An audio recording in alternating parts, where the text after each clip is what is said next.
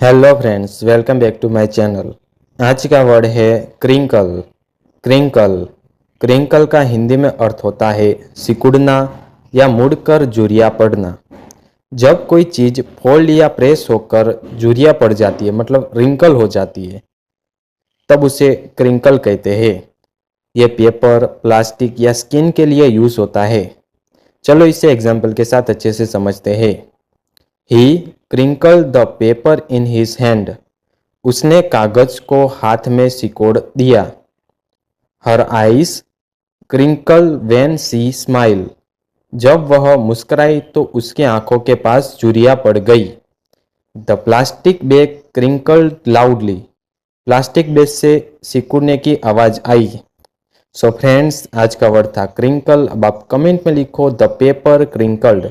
मिलते हैं next new word के साथ। चैनल को लाइक करो, शेयर करो, सब्सक्राइब करो। धन्यवाद।